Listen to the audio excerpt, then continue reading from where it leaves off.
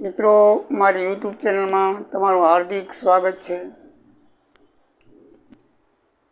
આપણે ટેક્સેશન 1ની અંદર વ્યક્તિગત રહેઠાણના દરજ્જા જોયા.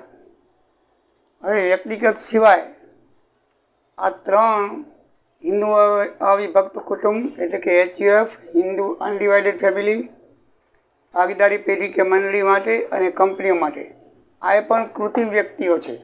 તો એના માટે રહેઠાણનો દરજ્જો કેવી રીતે નક્કી થાય છે તે જોઈએ. તો હિન્દુ અવિભક્ત કુટુંબ એટલે કે મા બાપ સાથે છોકરાઓ રહેતા હોય, સંયુક્ત ફેમિલી કહેવાય એને. અનડિવાઇડેડ ફેમિલી કહેવાય. સંયુક્ત ફેમિલીમાં રહેતા હોય એને શું કહેવાય? HUF કહેવાય છે, હિન્દુ અનડિવાઇડેડ ફેમિલી. તો હિન્દુ અવિભક્ત કુટુંબ માટે આ બધા દરજ્જા કામકાજના કાર્ય માટે, કાર્ય ભારતમાં થાય છે કે ભારતની બહાર, એના આધારે એના દરજ્જા નક્કી કરવામાં આવેલા છે.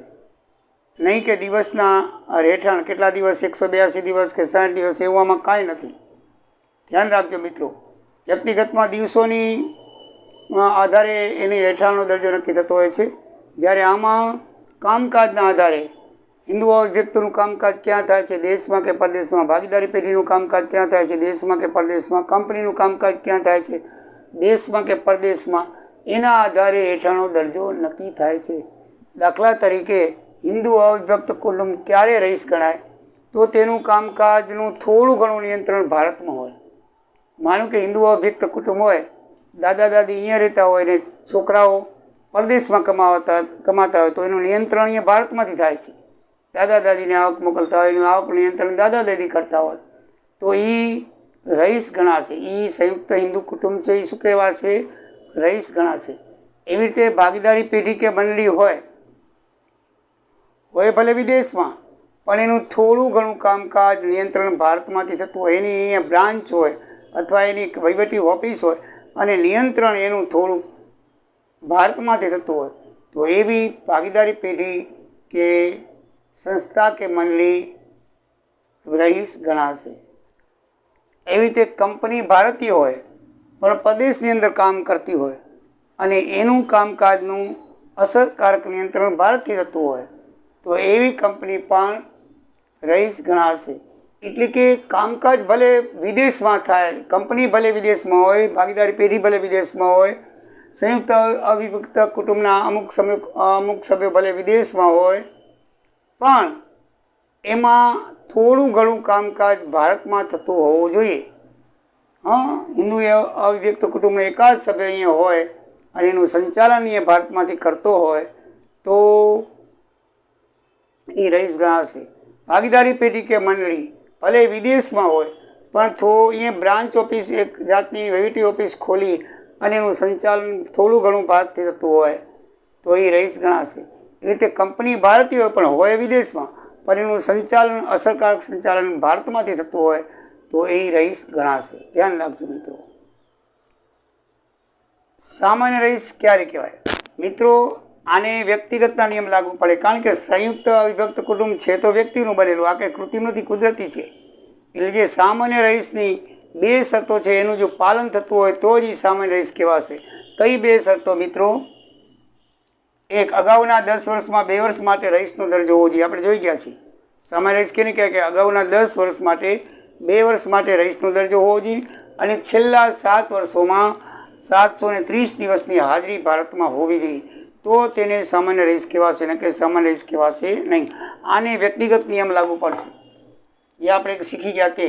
કારણ કે હિન્દુ અવિભક્ત કુટુંબ છે, બનેલું તો વ્યક્તિનું છે, એટલે એને વ્યક્તિનો નિયમ જ લાગુ પડશે બિન સામાન્ય રહીશમાં. જ્યારે આમને નહીં પડે, આ તો કૃત્રિમ વ્યક્તિ છે, એ ઓછી કે કંપનીમાં રહેવા જાય કે અહીંયા રહેવા, એ તો સ્થાપી હોય ત્યાં સ્થપાય, એટલે રહીશ હોય તો એ સામાન્ય રહીશ કહેવાશે. અને કંપની પણ એમ જ છે, રહીશ હશે તો આ પહેલો દરજ્જો હશે તો ઓટોમેટિકલી સામાન્ય રહીશ પણ કહેવાશે. સમજાઈ ગયું મિત્રો? એ રહીશ હોય તો પણ સામાન્ય રહીશ કહેવાશે. જ્યારે આમાં હિન્દુ અવિભક્તમાં બીજો નિયમ પડાવવો જોઈએ સામાન્ય રહીશનો, કારણ કે વ્યક્તિઓ આની અંદર છે. હિન્દુ અવિભક્ત કુટુંબની અંદર જીવિત વ્યક્તિઓનો સમાવેશ છે, એટલે કે વ્યક્તિગત નિયમ લાગુ પડશે. એટલે આની અંદર રહીશ હોય તો સામાન્ય રહીશ નહીં, પણ સામાન્ય રહીશની 2 શરતો જે લખેલી છે, મેં તમને જણાવી છે, બંને શરતોનું પાલન થતું હોય તો એ સામાન્ય રહીશ ગણાશે. બાકી આ તો એમને એમ રહીશ હોય તો સામાન્ય રહીશ ગણવામાં આવશે. બિન રહીશ ત્રણેયમાં સેમ છે. તેનું સંપૂર્ણ કામકાજ ભારતથી બહાર થતું હોય તો બિન રહીશ ગણાશે. હા, આ ત્રણેયમાં એ જ છે. તેનું સંપૂર્ણ કામકાજ નિયંત્રણ ભારત બહાર હોય, એનું નિયંત્રણ ઇન્ડિયામાંથી ના થતું હોય, ભારતથી બહાર થતું હોય તો એ બિન રહીશ કહેવાશે. હા, એ તો ઓટોમેટિકલી છે. કંપની એ આપણી ત્યાં વિદેશમાં હોય, નિયંત્રણ એ વિદેશમાં થતું હોય તો પછી રહીશ તો ના જ કહેવાય ને. થોડું ઘણું નિયંત્રણીય થતું હોય તો રહીશ કહેવાય. એકદમ ઇઝી ને સરળ આ ત્રણેયની વ્યાખ્યા છે કે ભાઈ ભલે બહાર હોય, વિદેશમાં હોય, પણ થોડું ઘણું નિયંત્રણીય થતું હોય તો એ રહીશ કહેવાય. બરાબર. અને સંપૂર્ણ ઉમાં થતું હોય તો બિન રહીશ કહેવાય. બસ પતી ગઈ વાત. અને આમાં તો રહીશ ને સામાન્ય રહીશ બે એક જ છે. આમાં વ્યક્તિગત નિયમ લાગુ પડતો હોવો જોઈએ. બિન રહીશનો જે છે એ નિયમ બરાબર છે. 10 વર્ષવાળો 2 વર્ષ રહીશને 7 વર્ષમાં 730 દિવસ રહેલો હોવો જોઈએ તો સામાન્ય રહીશ કહેવાશે. બાકી આ તો રહીશ એક છે એ સામાન્ય રહીશ કહેવાશે. રહીશ એક છે સામાન્ય રહીશ કહેવામાં આવશે. બંને એ જ કહેવામાં આવશે. અને આ ત્રીજો નિયમ બિન રહીશ તો ત્રણેયને સેમ લાગુ પડે છે કે ભાઈ કામકાજનું સંપૂર્ણ કામકાજ વિદેશમાં થતું હોય તો એને બિન રહીશ કહેવામાં આવશે. તો મિત્રો હવે તમને ખબર પડી ગઈ ને કે HUFનું ભાગીદારી પેઢીનું કે કંપનીઓનું રહેઠાણનો દરજ્જો કેવી રીતે નક્કી થાય, રહીશ કેવી રીતે નક્કી થાય, બિન રહીશ કેવી રીતે નક્કી થાય અને સામાન્ય રહીશ કેવી રીતે નક્કી થાય. એકદમ ઇઝી. રહીશ થોડું ઘણું સંચાલન ભારતમાં થતું હોવું જોઈએ. બિન રહીશ સંપૂર્ણ સંચાલન વિદેશમાં થતું હોવું જોઈએ. સામાન્ય રહીશ કંપની માટે અને મંડળી માટે અને વિદેશ માટે રહીશ છે તો એ સામાન્ય રહીશ છે. એક જ HUF માટે સામાન્ય રહીશના 2 નિયમ પડાવવા જોઈએ. આટલું બસ થઈ ગયું. એટલે એ તમને એકદમ યાદ રહી ગયા. હવે મિત્રો એની કઈ આવક કરપાત્ર કહેવાય? હા, રહીશ અને સામાન્ય રહીશ આ બે એક જ છે. રહીશ અને સામાન્ય રહીશ, રહીશને સામાન્ય રહીશ બે એક જ છે. બરાબર. રહીશ અને સામાન્ય રહીશ હોય એમની અંદર કઈ પ્રકારની આવક કરપાત્ર કહેવાય? રહીશ પણ સામાન્ય રહીશ ન હોય એટલે આમાં આવી શકે. આ એકમાં જ આવી શકે. રહીશ કે સામાન્ય આ બે દરજ્જા ન પડાતા હોય તો એ સામાન્ય રહીશ છે પણ સામાન્ય રહીશ ન પણ હોય. આમાં તો આ બે આવશે. આમાં તો રહીશ ને સામાન્ય રહીશ બે એક જ છે. બરાબર છે. એક જ HUFમાં આ નિયમ લાગુ પડે. બરાબર. એટલે એ ધ્યાનમાં રાખવાનું. બાકી તો આ પહેલો નિયમ તો ત્રણેયને લાગુ પડશે. બરાબર છે. સામાન્ય રહીશમાં પણ જો આ સામાન્ય રહીશ ન હોય તો હિન્દુ વ્યક્તિ કુટુંબ માટે લાગુ પડે અને બિન રહીશ ત્રણેયને લાગુ પડશે. એટલે કે બધા જ પ્રકારની આવક કરપાત્ર લખવાની. જે રહીશ અને સામાન્ય રહીશ છે એની બધી આવક, જે આવક હોય બધી એટલે કઈ? ભારતમાંથી મળેલી કે લેણી થયેલી, પરદેશમાં મળેલી કે લેણી થયેલી અને ભારતમાં નિયંત્રિત ધંધાની પરદેશમાંથી થતી આવક. ધંધો પરદેશ હોય પણ નિયંત્રણ ભારતમાં થતું હોય ને એની જે પરદેશમાંથી આવક થાય એ બધી આવક કરપાત્ર લેખવાની. ધ્યાન રાખજો મિત્રો. દાખલા ગણી ત્યારે આ બધું હશે કે ભારતમાંથી નિયંત્રિત થતા ધંધાની આવક આટલી છે, પછી ભારતમાં નિયંત્રણ નથી થતું પણ ધંધાની આવક આટલી છે તો એ નહીં લેવાની. તો આ ધ્યાનમાં રાખવાનું કે કઈ આવક આપણે કરપાત્ર લેવાની. રહેઠાણનો દરજ્જો તો નક્કી કરી નાખ્યો. બરાબર છે. રહેઠાણનો દરજ્જો નક્કી કર્યા પછી હવે એની કઈ આવક કરપાત્ર થાય? તો રહીશ હોય એની કઈ કરપાત્ર આવક થાય? તો ભારતમાંથી મળેલી કે લેણી, પરદેશમાં મળી કે લેણી અને ભારતમાં નિયંત્રિત થતા ધંધાની આવક ભલે પરદેશમાંથી તો બધી આવક, એટલે માનો કે લગભગ બધી આવક એ કરપાત્ર ગણાશે. પછી રહીશ પણ સામાન્ય રહીશ નહીં. રહીશ પણ સામાન્ય રહીશ નહીં એ ફક્ત આને લાગુ પડશે. આ તો સામાન્ય રહીશ કહેવામાં જ આવે છે. તો હિન્દુ અભિયુક્ત કુટુંબની કઈ આવક હોય તો એ રહીશ પણ સામાન્ય રહીશ નહીં માટે ભારતમાંથી મળેલી કે લેણી થયેલી આવકો અને ભારતમાં નિયંત્રિત ધંધાની પરદેશમાંથી થતી આવક, આ બે આવક છે એ રહીશ કે સામાન્ય રહીશ નહીં એના માટે લાગુ પડશે. પછી બિન રહીશ માટે તો બિન રહીશ હોય ને ભારતમાંથી મળેલ કે ભારતમાં લેણી થયેલ આવક એના ઉપર એની જવાબદારી કર ભરવાની થાય છે. બિન રહીશ માટે ફક્ત બે જ, ભારતમાંથી મળેલ અને ભારતમાંથી લેણી થયેલ આવક. કારણ કે બિન રહીશ હોય ને પરદેશમાંથી આવકને આપણે લાગતી પડતી, ભારતમાં રહ્યો હોય ને ભારતમાંથી આવક મળી હોય અને ભારતમાં લેણી થયેલી આવક તો એ કરપાત્ર થશે. જો બિન રહીશ છે તો આવક એની કરપાત્ર થાય. બરાબર ને. આ બિન રહીશ છે પણ ભારતમાંથી જો એ મળેલ હશે આવક અને ભારતમાંથી લેણી થયેલી આવક હશે તો એની કરપાત્ર ગણવામાં આવશે. બરાબર. રહીશ પણ સામાન્ય રહીશ હશે પણ તેની ભારતમાં લેણી થયેલી આવકો અને ભારતમાં નિયંત્રિત ધંધાની પરદેશમાંથી આવક તો એના ઉપર કર લેવામાં આવશે. તો મિત્રો આ છે રહેઠાણના દરજાનું વર્ગીકરણ અને આ કર ભરવાની જવાબદારી. કઈ કઈ આવક ઉપર રહીશ અને સામાન્ય રહીશ માટે કર ભરવાનું થશે, રહીશ પણ સામાન્ય રહીશ માટે કર ભરવાનું થશે, અને બિન રહીશ હોય તો પણ કર ભરવાનું થશે. તો ભારતમાંથી મળેલ તેને આવક કોઈ ભલે બિન રહીશ હોય તો પણ એને કર ભરવાનું થશે. બરાબર છે. તો આટલા પ્રકારની આવકમાં એ કર ભરવાનું થશે દરજા પ્રમાણે, અને આ એનો દરજ્જો નક્કી કરવાનો થયો છે. મિત્રો, તો હવે આપણે દાખલા જોઈએ. બરાબર છે. તો આ તમે બરાબર સમજી ગયા હશો.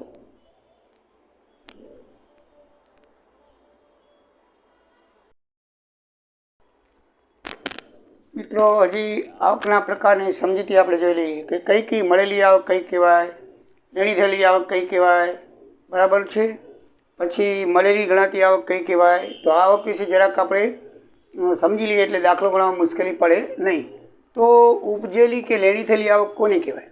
તો જે આવક મેળવવાનો હક પ્રાપ્ત થઈ ગયો હોય તે ઉપજેલી કે લેણી થયેલી આવક કહેવાય. આપણને હક પ્રાપ્ત થઈ ગયો, ભલે મળી નથી તો કાંઈ નહીં, પણ હક પ્રાપ્ત થઈ ગયો તે કેવી કહેવાય?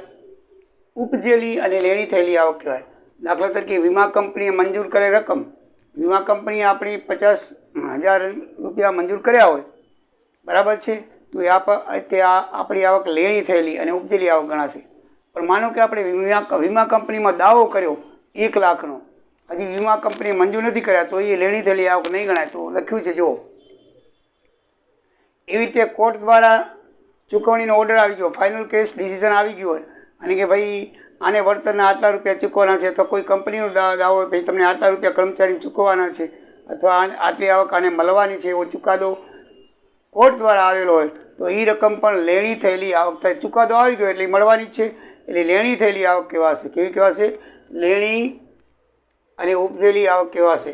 પણ એ બંનેની અંદર તમે કોર્ટમાં દાવો કર્યો 40 લાખ રૂપિયાનો, હજી કોર્ટનું ડિસિઝન આવ્યું નથી, 40 લાખનો દાવો કરી નાખ્યો. એવી જ રીતે તમે વીમાનો 15 લાખનો વીમો તમે દાવો કર્યો વીમા કંપની પાસે, પણ વીમા કંપની હજી મંજૂર કર્યો નથી, તો એવી આવક છે ને એ મળેલી આવક કે ઉપજેલી આવક લેખવામાં આવશે નહીં. દાવો મંજૂર કર્યો એટલે એ આવક લેખાશે નહીં. લખ્યું છે ચોખ્ખું કે વીમા કંપનીએ મંજૂર કરેલ રકમ કોર્ટ દ્વારા ચુકાદાની રૂએ ચૂકવવાપાત્ર રકમ, આ બધી રકમ છે એ ઉપજેલી કે લેણી થયેલી કહેવાશે. પરંતુ દાવો નોંધાવવા માત્રથી આવક ગણી લેવામાં આવશે નહીં. તમે ખાલી દાવો નોંધાવી નાખો કે ભાઈ વીમા કંપનીમાં 15 લાખનો દાવો અમે કર્યો છે, તો કે 15 લાખની આવક લેવામાં આવશે નહીં. માનો કે એમાંથી વીમા કંપની 10 લાખ રૂપિયા મંજૂર કરે તો એ તમારી લેણી થયેલી રકમ લેવામાં આવશે. એવી રીતે કોર્ટમાં પણ એમ જ છે. બરાબર. પછી બીજી આવક છે, ભારતમાં તમે ધંધો કર્યો હોય અને એની આવક થઈ હોય તે ભારતમાં તમે નોકરી કરવાને પરિણામે કે પ્રદેશમાં ભારત સરકારની નોકરી કરવાના પરિણામે, દાખલા તરીકે આ ભારતમાં આપણી દરેક દેશની અંદર આપણી એલસી કચેરી હોય છે વિદેશી. બરાબર. તો અહીંયાથી ભારતના નાગરિક આપણે જે સરકારી નોકરીઓ છે ત્યાં વિદેશની અંદર નોકરી કરતા હોય છે, સચિવો તરીકે એલસી તરીકે કામ કરતા હોય છે, તો એ લોકોનો પગાર ભારતમાંથી જ ચૂકવાતો હોય. તો એ જે આવક છે એ બધી લેણી થયેલી આવક અથવા ઉપજેલી આવક લેખવામાં આવશે. એમનું પેન્શન પણ, રિટાયર થાય તો પેન્શન પણ એ આવક છે એના પર વેરો લેવામાં આવશે. એમ લખ્યું છે જો, ભારતમાં નોકરી કરવાને પરિણામે ભારતમાં તમે નોકરી કરતા હો કે પ્રદેશમાં નોકરી કરતા હો ભારત સરકારની. બરાબર છે. ભારત સરકારની નોકરી આપણે દાખલા તરીકે વિદેશ, આપણે ત્યાં વિદેશ કચેરી હોય છે, દરેક દેશમાં હોય છે. આપણે અમુક જગ્યાએ તો એમાં કેટલા આપણા વિદેશ સચિવો હોય છે, બધા ત્યાં નોકરી કરતા હોય છે. તો એ નોકરી કરતા હોય તો એનો પગાર છે એ ભારત સરકાર ચૂકવે છે, તો એ આવક કરપાત્ર લેખાશે. બરાબર છે. એવી રીતે ભારત સરકાર કે રાજ્ય સરકાર દ્વારા ચૂકવવામાં આવતું વ્યાજ, ભારત સરકારને રાજ્ય સરકાર કેવી રીતે વ્યાજ ચૂકવે? તમે ભારત સરકારના કોઈ રોકાણો કર્યું હોય, દાખલા સર્ટિફિકેટ લીધેલા હોય, બરાબર છે, બચત પત્રો લીધેલા હોય, કોઈ સ્કીમમાં તમે રોકાણ કરેલું હોય, પોસ્ટ ઓફિસ છે, બેંકમાં, તો એ ભારત સરકાર, એ કેન્દ્ર સરકાર જ તમને વ્યાજ આપશે. તો એ વ્યાજ જે છે એ તમારું કરપાત્ર લેખાશે અમુક રકમ સુધી, દાખલા. બરાબર છે. અને એના પછી એ આપણે જોઈ ગયા છીએ આગળ આવકવેરાના દાખલામાં. એના પછી તમને માનો કે રાજ્ય સરકારમાં તમે રોકાણ કરેલું હોય તો રાજ્ય સરકાર દ્વારા તમને કોઈ પણ વ્યાજ આપવામાં આવતું હોય, એની સ્કીમોમાં તમે રોકાણ કરેલું હોય તો એ પણ તમારું કરપાત્ર લેખવામાં આવશે. એવી રીતે તમે ટેકનિકલ સેવામાં રાજ્ય સરકારને કે ભારત સરકારની સેવા આપી હોય અને તમને મેન્તર મળ્યું હોય તો એ પણ આવક લેખવામાં આવશે. ભારતમાંથી મિલકત દ્વારા મળેલી આવક, દાખલા તરીકે તમારે મોટી મિલકત હોય, મોટી જમીન હોય, તમે એને ભાડે આપી દીધી હોય, મકાન ભાડે આપી દીધું હોય, તો એ ભાડાની આવક પણ કરપાત્ર લેખવામાં આવશે. પરિસ્થિતિ કોઈ મિલકતની ફેરબદલી કરી હોય, એક મકાન વેચીને બીજું મકાન ભરી લીધું હોય, અથવા તમે મકાન વેચી નાખ્યું હોય અને બીજી જગ્યાએ ખરીદ્યું હોય, તો એનો નફો 10 લાખનું મકાન વેચીને 5 લાખનું મકાન લીધું તો 5 લાખનો નફો જે છે એ તમારો કરપાત્ર લેખવામાં આવશે. પાછલા વર્ષ દરમિયાન જે આવક ભારતમાં પ્રથમ વખત મળી હોય તે કોઈ વ્યક્તિ બીજી વ્યક્તિને આવક પ્રાપ્ત કરવાનો હક, પાછલા વર્ષ દરમિયાન જે આવક ભારતમાં પ્રથમ વખત મળી હોય તે, દાખલા તરીકે તમને વિદેશથી તમે આવ્યા હો અને તમે અહીંયા ભારતની અંદર રહેતા હો થોડાક દિવસ માટે અને તમે આવક ભારતની અંદર ધંધો કર્યો અને ભારતની અંદર નોકરી કરી તો તેની તમને આવક મળી તો એ કરપાત્ર લેખાશે. ભલે તમે બિનરહીશ છો તો પણ, આપણે જોયું હતું આગળ બિનરહીશ હોય તો પણ 1 નંબર ને 2 નંબરમાં જોયું હતું કે ભાઈ ભારતમાંથી મળેલી આવક કે ભારતમાં લેણી થયેલી આવક એ કરપાત્ર લેખાશે, ભલે બિનરહીશ હોય તોય પણ. બરાબર છે. પછી પહેલી જ વખત મળતી આવક હોય એટલે ગમે તે બિનરહીશ હોય કે રહીશ હોય અને પહેલી વખત મળતી આવક છે એ કરપાત્ર છે. પછી કોઈ વ્યક્તિ છે બીજી વ્યક્તિને આવક કરવાનો હક લખી દે કે ભાઈ હું તમને આટલી આવક મારી ભારતમાંથી મળશે એ હક તમને આપી દઉં છું, એટલે કે પાવરનામું લખી જાય. બરાબર છે. તો એ જે આવક વ્યક્તિ મળે તો એ જે વ્યક્તિ પ્રાપ્ત કરેલું જે પાવરનામું છે એને કર ભરવાની જવાબદારી નથી, મૂળ જે માલિક છે એને જ કર ભરવાની જવાબદારી છે. નહીં કે ઓલ્યા હક લીધેલો હોય તેને, એ ધ્યાનમાં રાખજો. એને પાવર ઓફ એટર્ની ભલે આપી લે તોય પણ એને કરવેરો ભરવાની જવાબદારી નથી. હવે મળેલી ગણાતી આવક, અમુક આવક એવી હોય છે કે પાછલા વર્ષમાં ખરેખર ન મળી હોય તોય તેને તમારે આવક લેખવી. આપણને આવક મળતી નથી પણ ન મળી હોય તો કઈ કઈ એવી આવકો છે તેને આવક તરીકે લેખવી. તો એક છે પીએફમાં માલિકનો ફાળો, પ્રોવિડન્ટ ફંડ. મિત્રો જે નોકરી કરતા હોય ને ખબર હોય, તમે જ્યારે નોકરી કરશો ત્યારે તમને પ્રાઇવેટમાં નોકરી કરશો અથવા સરકારમાં નોકરી કરશો, સરકારમાં તમે નોકરી કરશો તો તમારા પગારમાંથી પ્રોવિડન્ટ ફંડનો અમુક ભાગ કપાઈ જશે. એ દર મહિને જમા થશે ને તમે રિટાયર થશો ને ત્યારે તમને આપશે. સાંભળો છો ને કે રિટાયર થયા તમને આટલા લાખ મળ્યા. તો એમાં શું થાય કે જે રકમ તમને મહિને કાપીને તમે 30-40 વર્ષ નોકરી કરી તે બધો રૂપિયા અને એનું વ્યાજ, એ બધું તમને ભેગું થઈને આપે છે. એવી રીતે પ્રાઇવેટ કંપનીમાં પણ હોય છે. માલિક છે એ તમારા ખાતાની અંદર શું કરે છે, પ્રોવિડન્ટ ફંડમાં ફાળો આપે છે. બરાબર છે. તો એ જે પ્રોવિડન્ટનો ફાળો છે એ ભલે આપણે એકચ્યુઅલ મળતો નથી, એ મળશે તે રિટાયર થશું ત્યારે, પણ તેને એની વાર્ષિક આવકમાં એની લેખિત થશે, એની ગણતરી થશે અને એનું વ્યાજ 12% વધુ અથવા 9, એ ફાળો કેવો હોવો જોઈએ, મૂળ ટકાના 12% વધુ હોવો જોઈએ અને એનું વ્યાજ વધારે 9.5% દરે વ્યાજ એનું તમને કરપાત્ર થાય છે. અમાન્ય પીએફની એકત્રિત થતી આવક માન્ય પીએફમાં ફેરવવામાં આવે તો, એટલે શરૂઆતમાં તમે નોકરી કરતા હોય ત્યારે તમારું પીએફ કપાતું હોય પણ એની હજી પીએફ ખાતું ખોલ્યું ના હોય. બરાબર છે. બેંકમાં ખોલાવવું પડે, પોસ્ટ ઓફિસમાં ખોલાવવું પડે. ત્યાં સુધી માલિક શું છે પોતાની પાસે રકમ અમુક ખાતામાં જમા રાખતો હોય. એટલે પછી તમે માનો કે આ માણસ બરાબર છે અને તમે કાયમી છો. એવી રીતે સરકારી નોકરીમાં પણ પીએફ છે ને જલ્દી નથી કપાતું, વર્ષ પછી કપાય છે. એટલે જ્યાં સુધી પીએફ ન કપાય ને ત્યાં સુધી અમાન્ય કહેવાય. પછી જ્યારે તમારે રેગ્યુલર થઈ જાય ત્યારે પછી એ માન્ય કરવામાં આવે તો એ આવક જે છે એ કરપાત્ર ગણાશે. એ રીતે પ્રાઇવેટ કંપની હોય તો પ્રાઇવેટ કંપની શરૂઆતમાં 4-6-12 મહિના સુધી તમારું પીએફ નહીં કાપે, અથવા કાપશે તો એ પીએફમાં જમા નહીં કરે, એ અમાન્ય પીએફ કહેવાય. તો એ પછી જ્યારે તમારું ખાતું ખોલાય એટલે ભેગી રકમ જમા કરી નાખે ત્યારે એ પીએફની આવક માન્ય પીએફ કહેવાય અને એની આવક કરપાત્ર રાખવામાં આવશે.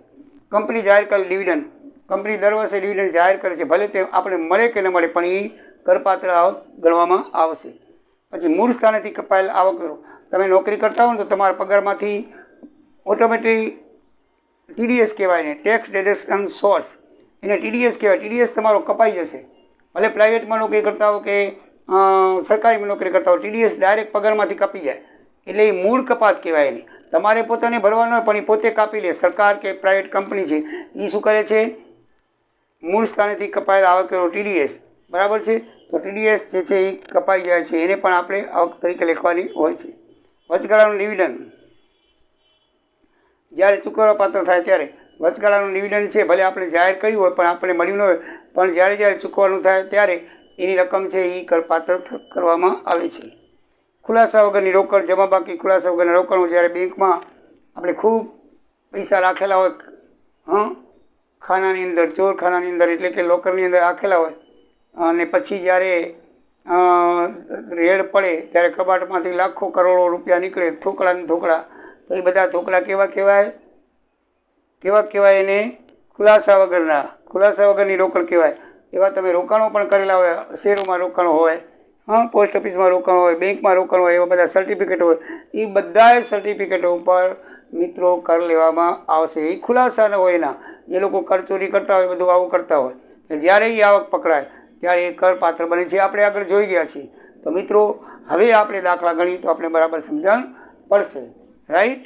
તો હવે આપણે એક નાનકડો દાખલો જોઈ લઈએ અને પછી આપણે આગળ વધશું.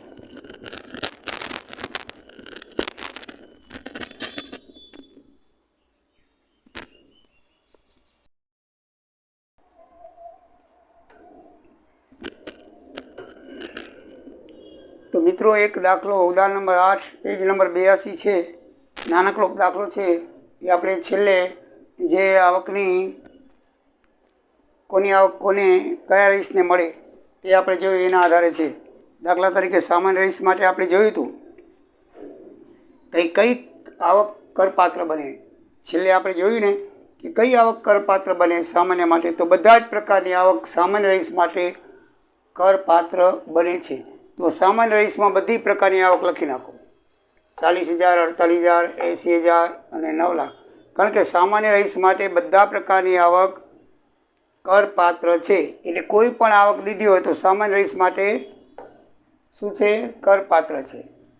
પછી સામાન્ય નહીં તેવા રહીશ માટે શું મેં લખાવ્યું છે તમે જોઈ લો.